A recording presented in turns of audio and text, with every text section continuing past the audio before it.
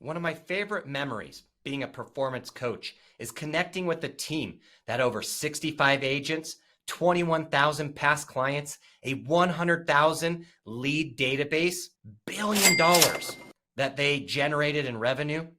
And the best part about this, when we look at, well, what happens with this team if they want to enforce the West Coast offense, is that we must have a compelling scoreboard that everybody can look up to. Just like if you attended a game, you know whether or not the home team is winning or losing, and based off how much time is left, whether or not realistically you believe we can come back. And that is the same exact thing we want to be executing in business. And the reason being is there's no reason to be in business and believe that something's going to happen knowing that it's not. Optimism is key. We need to be very positive in the workplace, but at the end of the day, we also want to be realistic around what's going to happen and how do we adjust our schedules and our time on a daily, weekly, monthly basis if we're behind on our goals.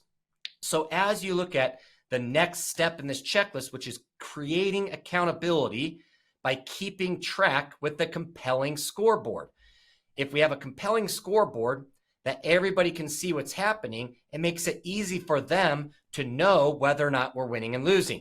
And as I was referencing that team, it's very important that if we have a goal of saying 90% of all leads are captured within our CRM, we need some type of tracker that shows us what's happening on a daily basis with lead generation and that of the rate of what's being captured. If we have a goal of improving our conversion, what we need to make sure we have is a tracker that will show us exactly where we're at in different areas of conversions in that of the qualification, appointment booking, and closing process.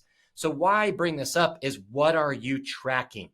What can you show me within accountability that if these are my 3 wildly important goals, this is what I'm supposed to be acting on that would lead me to be able to accomplish that. Here is where I'm measuring it. And you can see that in some type of scoreboard. Now, yours might be very granular, tracking things to the very smallest detail. However, your team needs some type of scoreboard, whiteboard, Excel sheet, something on your company intranet, that of companies like Sisu that allow you to track these things and provide people with that of a scoreboard. But at the end of the day, if they can't know whether or not we're winning or losing within a minute of easily looking at the scoreboard, and they also know what that scoreboard represents, well, then we're not measuring what matters, and people do not have clear understanding of whether or not they're meeting the standards. So make sure now, as you're going through this checklist and you're starting to move forward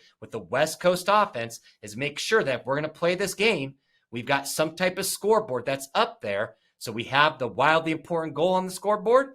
We also have that of what acts we're supposed to be moving forward with, or that would lead us to accomplishing that. And as we measure those acts or results of those acts, every single person would know whether or not we're behind or ahead in this game of real estate. And for them, it'd be easy to know whether or not you need to call timeout, or boy, we need a halftime, so that way we can recoup and we can set forward some new strategies which would be aligned within your schedules, and each and every person knows whether or not we're putting up a W.